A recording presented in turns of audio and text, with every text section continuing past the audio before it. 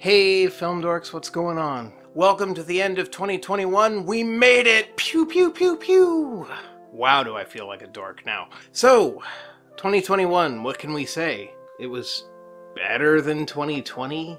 Kinda? Personally, it was a pretty great year, if I do say so myself. Cinematically, by which I mean me sitting on my ass on the couch, sometimes wearing pants, it was also pretty good. It was a very interesting and intense and thought-provoking year. As of the time of this recording, I've watched 164 movies this year, managed to crank out 16 YouTube videos. I want to thank every one of you who has subscribed to my channel, especially over the past year. Thank you all for the likes, the comments, the shares. It just means a lot to me to have finally found a community here on YouTube. This has just been a great year for repeated reminders of why I love movies. Here's hoping for a better 2022.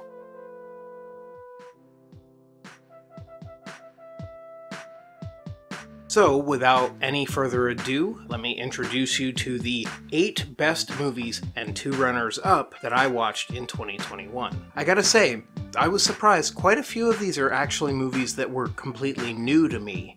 In the past, I feel like a lot of my favorites for the year have been ones I was re-watching, but not this year. But anyway, as I was saying, first up, 2 honorable mentions. Why'd you spill your beans, Tom? What's the most you ever lost on a coin toss?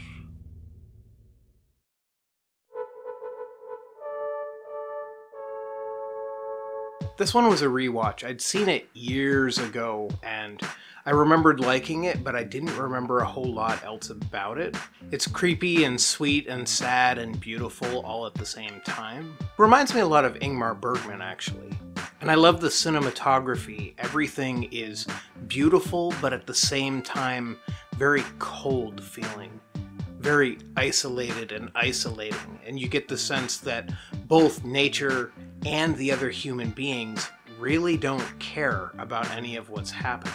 They did a great job of making the kids seem like kids and be completely believable in spite of the fantastic goings-on. On the flip side, slightly dodgy CGI. Ugh.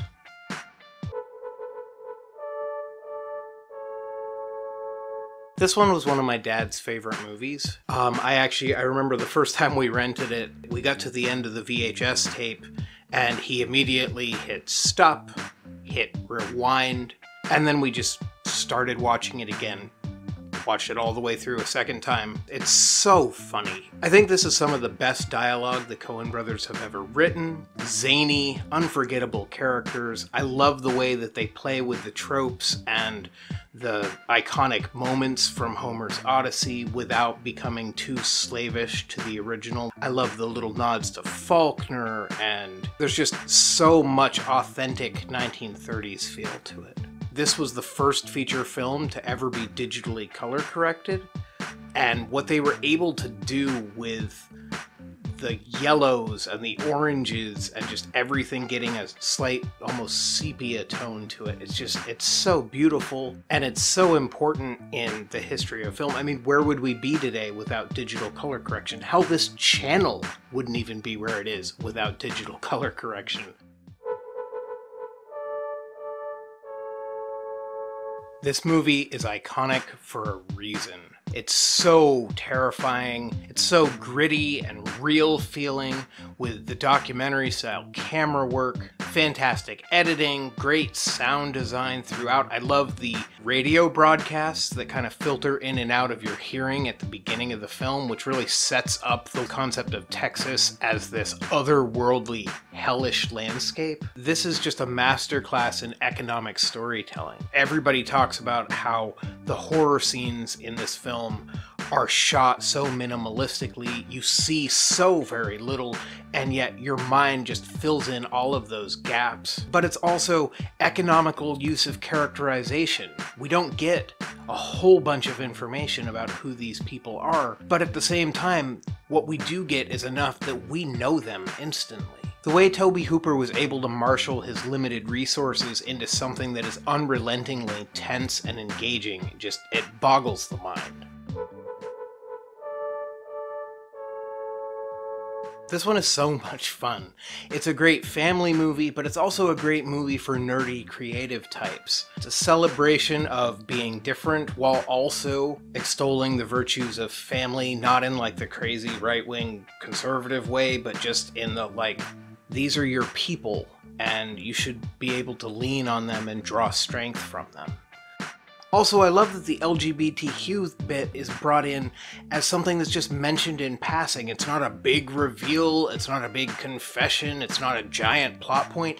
It's just something that's treated as normal and about friggin' time. There's also some great satire here on the tech industry and all of the questions that have been raised the last couple years about privacy and information sharing. But simultaneously, the movie manages to be a celebration of all the benefits of technology for creativity, for communication, for staying close. And I mean, if the last couple years have taught us anything about technology, it's how valuable those aspects are. So this is one of those movies I mentioned that was a first-time watch for me. I don't know why I put off watching it for as long as I did. Wow. This is peak New Hollywood filmmaking, with paranoid camera work that reminded me a lot of The Conversation. Great performances all around, from Donald Sutherland to a pre-Goldblum Jeff Goldblum, Leonard Nimoy, that guy from The Brood. It manages to be simultaneously thought-provoking and creepy and terrifying and atmospheric. This was just so good. This should come as no surprise to anybody who watches my channel on the regular. I mean, you just saw the review a couple weeks ago. Great cinematography, wonderful performances, especially a standout performance from the lead actress Zora Lampert in the title role. Creepy, atmospheric, I love the sound design. You guys saw the review, enough said. Back again for a second year in a row, this time in my number 2 spot, Woody Allen's Radio Days. This is such a beautiful and nostalgic look at the heyday of radio and what it meant in the lives of everyday Americans. It's hilarious, it's quote-worthy, it's filled with a cast of quirky characters that are better than pretty much anything in Allen's oeuvre, except maybe Annie Hall. And it's a sweet little reminder that no matter how crazy, how dysfunctional, sometimes family is what's most important. Aww.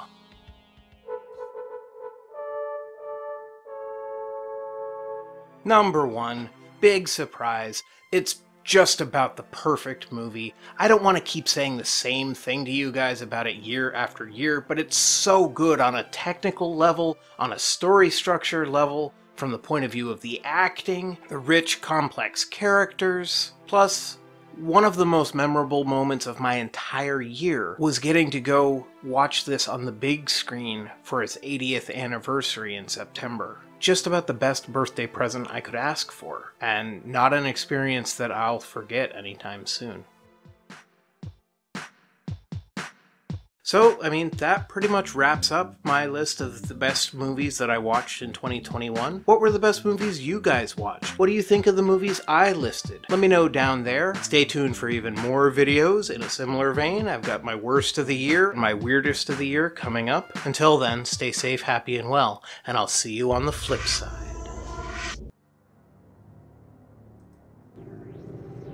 Jesus! Oh dear. Shit. Ugh. Clearly ogling Arena's ass past the sensors. Your movements lack the necessary velocity.